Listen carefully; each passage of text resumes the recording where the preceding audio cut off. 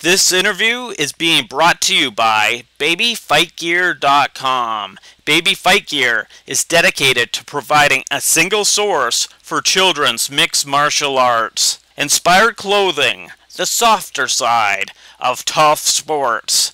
Our clothing is available in sizes newborn to toddler. Oh, yay, man. So it's been a while since we had you on the show. Just talk about the fight with Scott Smith. Well, the fight with Scott Smith, I knew he was a slow starter, and I had to start fast and just capitalize on anything that he did wrong, and just basically went in there and shut him down. I noticed he really didn't have a strong ground game in any of his fights, so I just basically went in there and did what I do best, is fight, and finished the fight. Yeah, man, and we're friends on Facebook, and I know you're a very spiritual person. What led you to that path? Well, I've always had a connection with God since I was a kid, you know, and I accepted Him in my life at 14 years old, and just the path got hard, you know.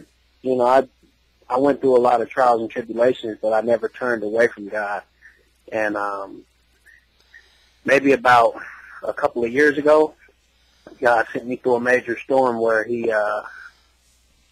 I just went through a lot of stuff, man, and it just brought me closer to Him. It was like a reminder to me that God is the only way that I can go. And, you know, I thought I was the local tough guy and wouldn't nobody here fight me. I couldn't get any fights set up.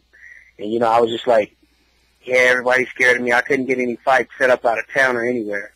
And it wasn't until I completely surrendered my life over to God that He gave me the desires of my heart, and that was to fight on the big stage.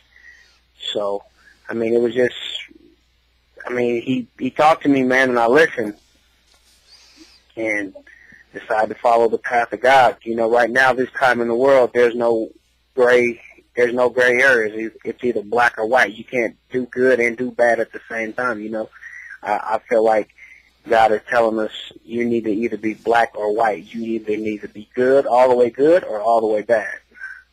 So let's get back to the fighting, though, and it's fight week. What'd you do to relax but still stay focused on fight week?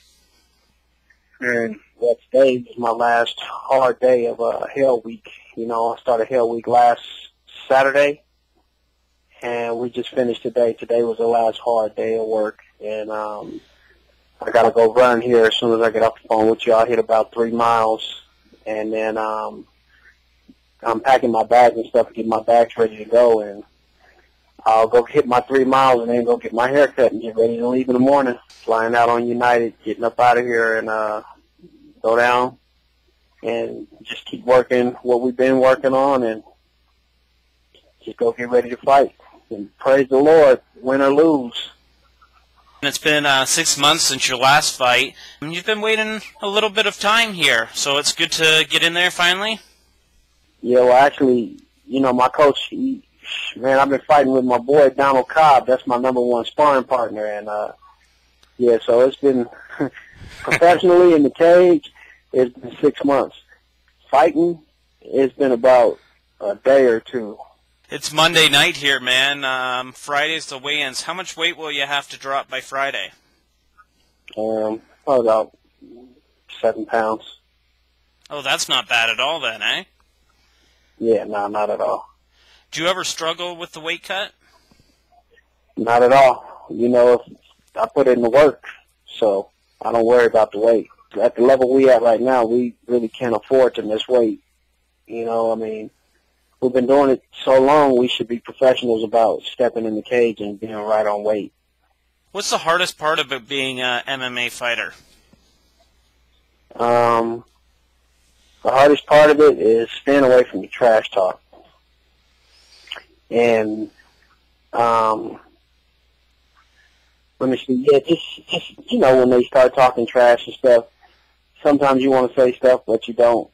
And I say the hardest part of being an MMA fighter is not letting the stuff go to your head. You know, I notice there's a lot of fighters who because we're fighters, they feel like they're better than everybody else. And that's not the case in my situation. You know what I mean? I don't feel like I'm better than anybody else. Because, I mean, we could walk around here feeling like we're tough, and there's a guy who can shoot from 400 yards. I mean, how can you fight that? Yeah. Or we might be able to beat this guy up, but he can do taxes better than we could ever even think of. You know? Or this guy, he can fix our car, but we can beat him up. So our car breaks down, you can beat this guy up, so how does that help you fix your car? Right, for sure, man. You know? Okay, so let's talk a little bit about Anthony Smith here. I mean, I don't think there's much to talk about. What'd you think about his skill set? I mean, everybody has a puncher's chance, you know? I've watched him beat up some guys, and I've watched him get choked out and beat up here in my home state. And, you know, it's going to be a fight, you know. I don't have anything bad to say about the kid. I know him personally, and I kind of guided him a little bit in the Ultimate Fighter Championship. I tried to talk to him and lead his way, give him some pointers on how to make it to the house. But when we were there, he got smashed by Justin Guthrie. Justin Guthrie tapped him like 4 or 5 times in like 3 minutes. And me and Justin Guthrie fought August 17th, like 2010, I think it was, and I broke his arm in like 1 minute and 13 seconds. Wow. So you must feel this is a very winnable fight for yourself. Yeah. I feel like it'll be a good fight, you know. I mean, I'm not going to take anything away from the kid. Like I said, every fight I get into, I feel like I'm fighting for my life, so I can't say, oh, because he beat those guys, he's not going to beat me. I can say, Anthony Smith, when you get into that cage with me, door shuts, and that ref says, fight, he's going to feel something that he's going to know he's in a fight. And is this fight going to be on the main card? Yes, sir. As far as I know right now, I'm the first televised fight of the night. But, you know, that always could change. They could switch the card around, but right now I am on the main card. Okay, so that's good news for fight fans to be able to check your fight out on Showtime at 10 p.m. Eastern. Yes, sir. So, what is one thing that MMA fans don't know about you? MMA fans probably don't know that I have my own nonprofit organization called Heavy Hands, Heavy Hearts. But before I even had the nonprofit organization, I was helping people in the community on my own, like people fresh out of jail or gang members that are on the streets that want to change their lives. They all came to me, and I would help them find jobs and help them find programs and, like, you know, help them find the Medicaid programs and stuff to help them keep their families in order and get their kids the medical attention that they need, and themselves too. You know, because when you have all that stuff in place and you get hurt and you can go to the hospital and, you know, you can really take care of yourself and to be able to have a job so you don't have to sell drugs or be out here in the streets robbing people and stuff because you're busy at work. You know, I've been doing that on my own for like the last maybe 5 or 6 years. And also, I was a single parent up until about a year ago.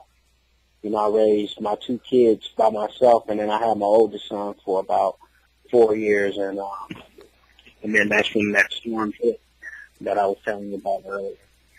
But a lot of people probably don't know that I've raised my kids by myself with no help from their mom, and, you know, I'm married right now, and I still really, you know, I just got my wife, but their mom is in the picture, but she still doesn't help. But it's not a big deal because God has blessed me with the ability to be able to take care of my kids and, you know what I mean, to be a positive role model in the community and just do the things that I do. You know, without God being the leader in my life, I wouldn't be able to do any of the stuff that He allows me to do. Just want to talk about who will be in your corner for this fight. In this Chris Green will be in my corner, and then my manager, Ricky Vasquez from Phenom Management. And my coach, Chino, he was supposed to be in the corner, but he had some last-minute family issues come up. So I'm trying to see if my brother Peter Tua will be able to corner me. But I guess we'll get the paperwork in tomorrow, see if it's not too late to get him on the corner license. Okay, and one last question before we let you go, man, and we appreciate the time. How will you celebrate a victory on Saturday night? Well, actually, Saturday night, it'll be my brother's birthday. Oh, nice. So, with it being my brother's birthday, I think they're gonna rent a suite, and I'll just go dance with my brothers and all that stuff, you know what I mean? Like, I don't smoke or drink, so we'll probably just be doing some dancing up there. Maybe a little cake and ice cream? Nah, not for me, because I'm back to the gym on first thing Monday. Wow, man, you're hardcore, man. Well, you know, nothing comes to a sleeper but a dream. Well, I appreciate the time. Any sponsors you'd like to promote, or throw out your Twitter or Facebook?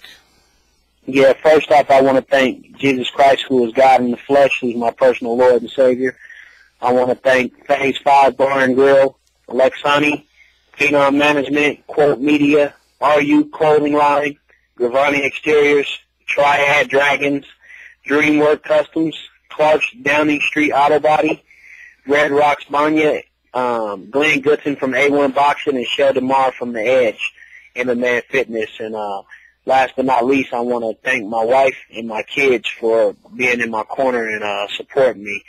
And then Derek from A1 Boxing, and you know, he pretty much he stepped up, man. He's been working with me and doing MMA rounds, and teaching me new kicks and different combos. So my boy Derek from A1 Boxing, I want to give a shout out to him too. And Donald Cobb. And you can get in contact with me at Lumumba Sayers on Twitter, or my Facebook is Lumumba Sayers. Thanks very much for the time. We appreciate it. Okay, thank you. Okay, good luck Saturday night, man. Yes, sir.